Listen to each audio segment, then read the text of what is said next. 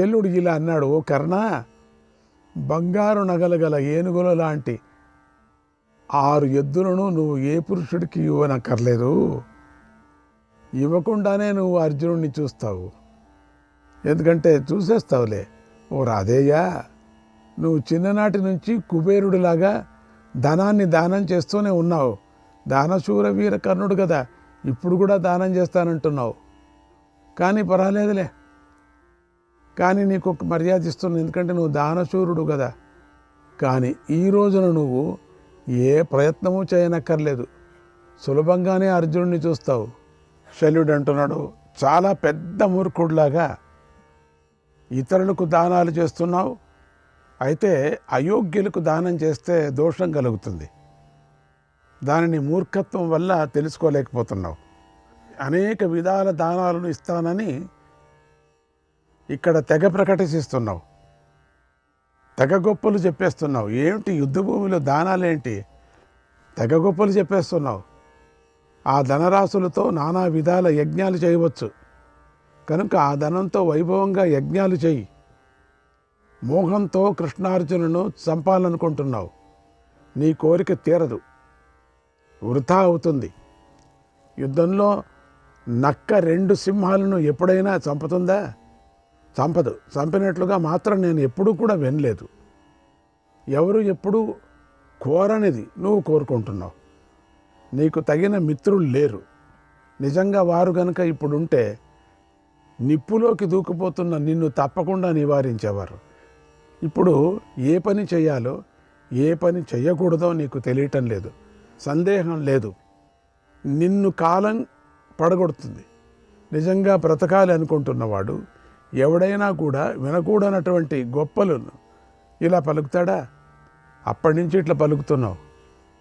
డంబాలను పలుకుతాడా ఎవడైనా? నువ్వు పలుకుతున్నావు కనుక నీకు మరణం ఖాయం. నువ్వు ఇప్పుడు చేయాలనుకుంటే పని ఎలా ఉందో తెలుసా? మెడకు పెద్ద బండను కట్టుకొని సముద్రాన్ని ఈదటంలాగా ఉంది. అది సాధ్యమయ్యే పనేనా?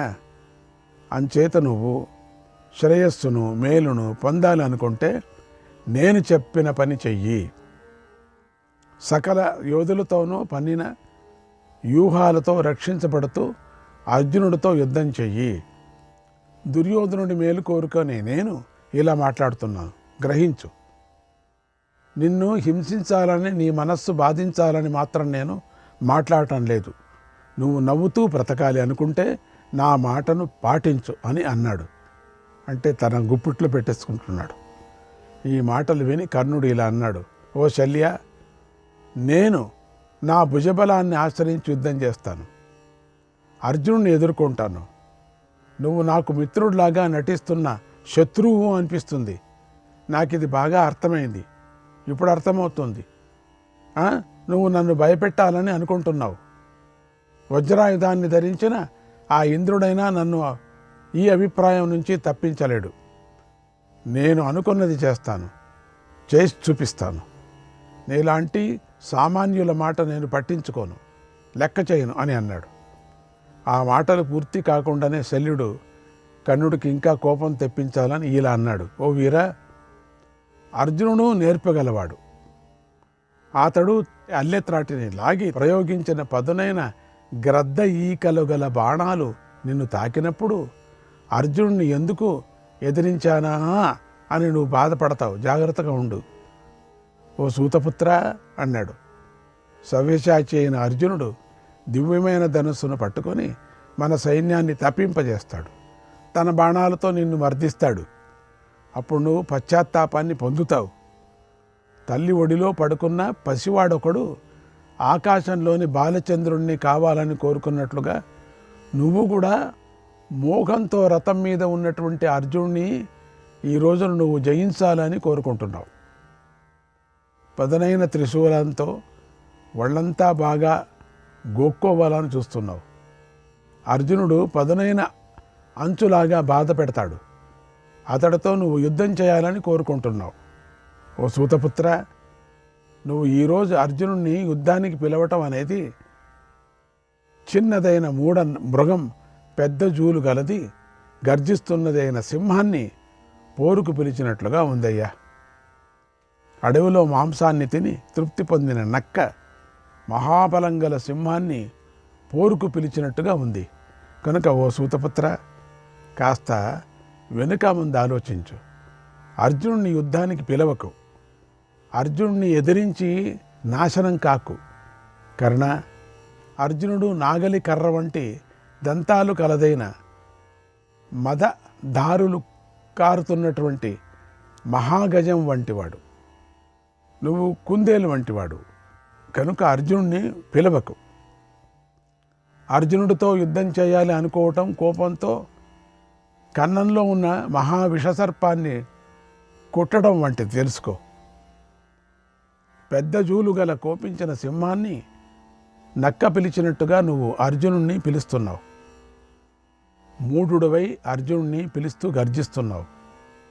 కర్ణ, ఒక పాము తన పతనం కోసం గరుత్మంతుణ్ణి పోరుకు పిలిచినట్టుగా నువ్వు కూడా అర్జునుడిని పిలుస్తున్నావు. సముద్రం సకల జలాలకు నిధి అయి ఉంది. అది భయంకరమైంది. పెద్ద చేపలు మొసళ్ళు కలిగి ఉంటుంది.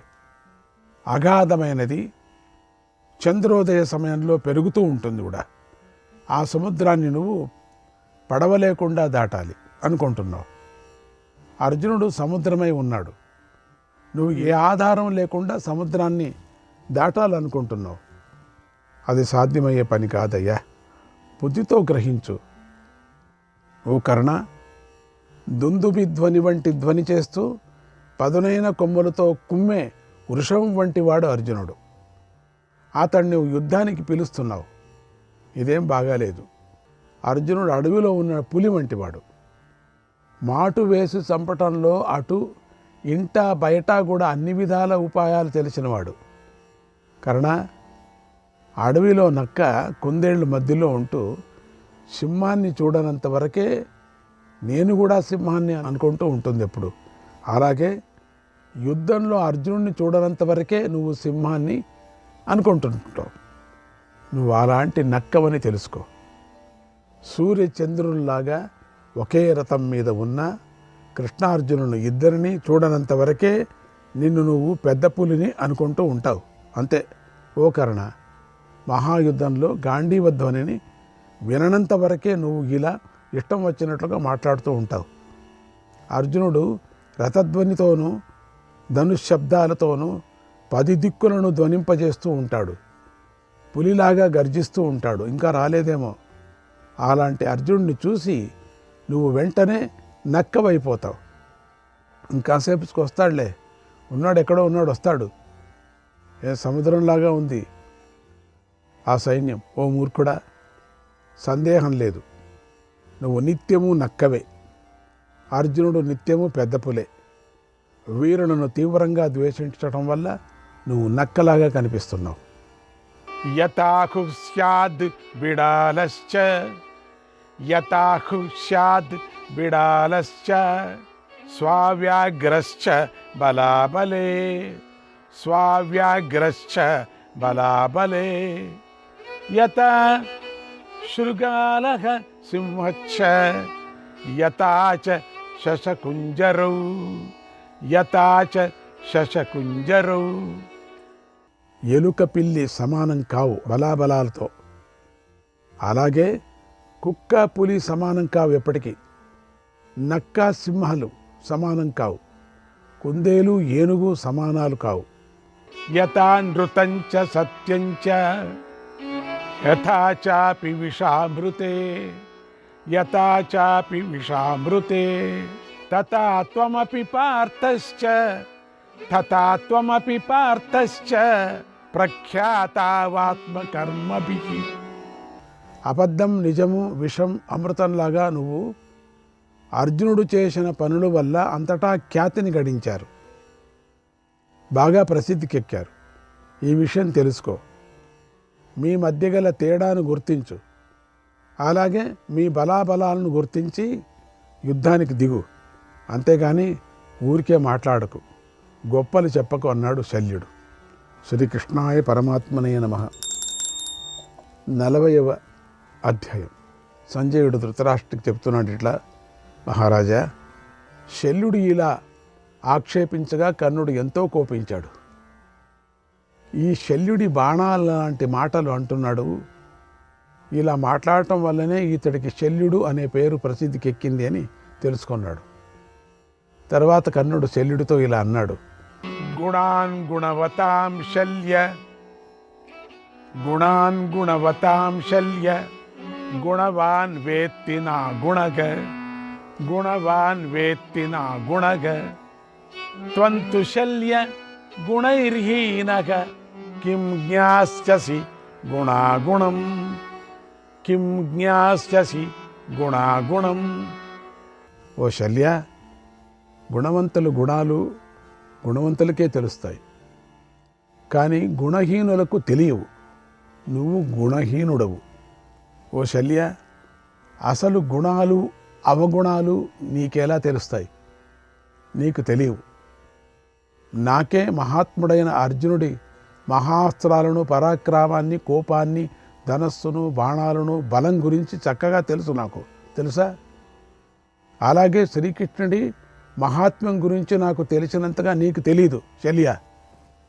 అలాగే నా బలపరాక్రమాల గురించి నాకు తెలుసు. అర్జునుడి బలపరాక్రమాల గురించి నాకు బాగా తెలుసు. కనుకనే ఓ శల్య, గాంధీవధారి అయిన అర్జునుడిని నేను పిలుస్తున్నాను.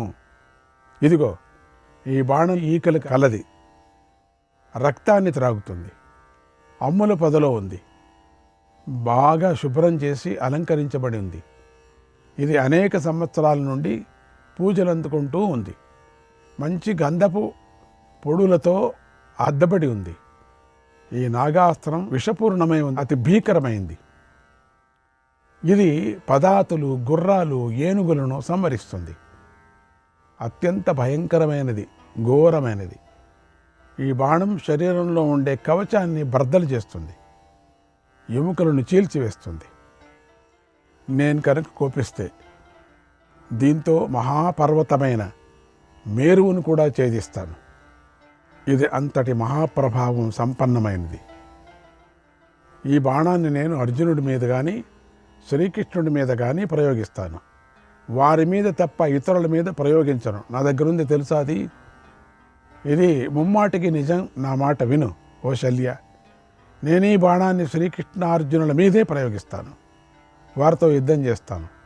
ఇలా చేయటం నాకు మాత్రమే సాధ్యమవుతుంది తెలుసా? సమస్త వృష్ణి వీరుల సంపత్తి శ్రీకృష్ణుడి యందుంది. సకల పాండవుల విజయం అర్జునుడి యందుంది. ఈ రెండు కలిసినప్పుడు ఎవడూ తిరగడు కదా. నాలాంటి వాడు వారితో యుద్ధం చేయాలని అనుకుంటాడు కదా. పురుష శ్రేష్ఠులైన వారిద్దరూ కలిసి ఒకే రథం మీద ఉన్నారు. ఇప్పుడు వారు నన్ను ఒక్కడినే ఎదుర్కోవాలని వస్తున్నారు. శల్య, ఇదెంత మంచి అవకాశమో చూడు. ఒకే దారంలో గుర్చిన మణుల్లాగా ప్రేమ సూత్రంలో బద్దులైన ఆ ఇద్దరూ పరాజయం లేనివారు. వారు మేనత్త మేనమామల పిల్లలు. శల్య, వారిని నేను చంపటాన్ని నువ్వు చూస్తావు. గరుత్మంతుడు, వానరుడు, వారి జెండాల గుర్తులు అర్జునుడి వద్ద గాంధీవం ఉంది, కృష్ణుడి వద్ద చక్రం ఉంది. ఈ సన్నివేశం పిరికి వారికి ఎంతో భయం గొలుపుతుంటే నాకు ఎంతో సంతోషాన్ని కలిగిస్తుంది. నువ్వు దుష్ట స్వభావుడువు, మూర్ఖుడువు. మహాయుద్ధాలు నీకు తెలియవు. భయంతో నీ గుండె పగిలిపోయినట్లుగా ఉంది. భయం వల్లనే ఇలా సందర్భం లేకుండా అక్కరలేని మాటలు మాట్లాడుతున్నావు. నీకు వారికి ఏదో బలమైన సంబంధం ఉండే ఉంటుంది. అందుకే వాళ్ళను తెగ పొగుడుతున్నావయ్యా నువ్వు.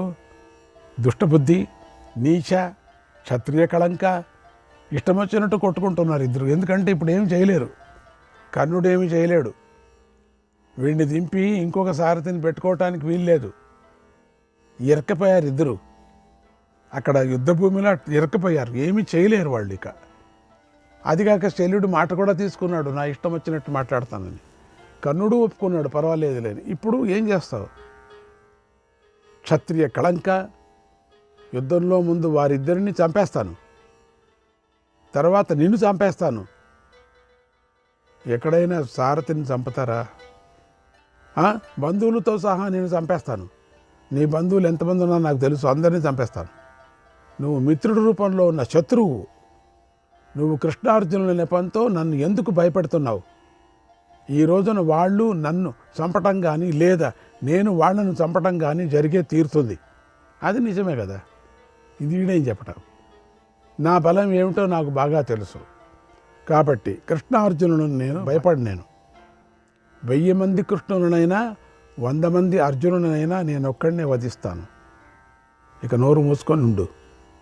స్త్రీలు, బాలురు, వృద్ధులు, ఆటలు ఆడుకునేవారు, స్వాధ్యాయపరులు, మద్రదేశవాసుల గురించి పాడే గాథలు, రాజులు ఎదుట పూర్వం విప్రులు చెప్పిన కొన్ని కథలను నీకు యథాతథంగా చెబుతాను, విను. ఓ మూడా, శల్య, వాటన్నిటినీ ఏకాగ్రతతో విని ఇంక నోరు మూసుకో, ఇంక మాట్లాడొద్దు నువ్వు. లేకపోతే తెలిస్తే సమాధానం చెప్పు. మద్రదేశంలోని అధమ మనుష్యులు ఎప్పుడూ కూడా మిత్యద్రోహులుగా ఉంటారు. మమ్ములను నిష్కారణంగా ద్వేషిస్తూ ఉంటారు. మద్రదేశంలోని అధమ వ్యక్తి నీచ వాక్యాలనే మాట్లాడుతూ ఉంటాడు. అటువంటి నరాధముడైన మద్రదేశపు వ్యక్తిలో స్నేహం అనేది ఉండదు తెలుసా అని లక్షణంగా తిడుతున్నాడు. మద్రదేశీయులు నిత్యము దురాత్మలు. ఎప్పుడూ అబద్ధాలు చెప్తారు, మోసం చేస్తారు, చచ్చేదాకా దుష్టుల్లాగానే ఉంటారు అని మేము విన్నాం. మద్రదేశీయులు పొగరుపోతులు. ఇక వారిలో ధర్మం ఎక్కడుంటుంది? ఎలా ఉంటుంది? మద్రదేశీయుడితో పగ కానీ స్నేహం కానీ పనికిరాదు. వారిలో మిత్రభావన లేదు. వారు అపవిత్రులై ఉంటారు. మద్రదేశీయుల వద్ద దాచిన సొమ్ము వ్యర్థమైపోతుంది. గాంధార దేశీయుల్లో శౌచాచారం ఉండదు, నశిస్తుంది. క్షత్రియుడు పౌరోహిత్యంతో యజమాని యజ్ఞంలో హోమం చేసిన హవిస్సు వ్యర్థమైపోతుంది. బ్రహ్మద్రోహులు ఈ లోకంలో నిత్యము అవమానం పాలవుతారు. అలాగే మద్రదేశీయులతో మైత్రి చేసిన మానవుడు పతితుడవుతాడు. ఓ విద్వాంసుడా, శల్య, ఇక నోరు మెదపకుండా కూర్చో. శ్రీకృష్ణాయ పరమాత్మనే నమః.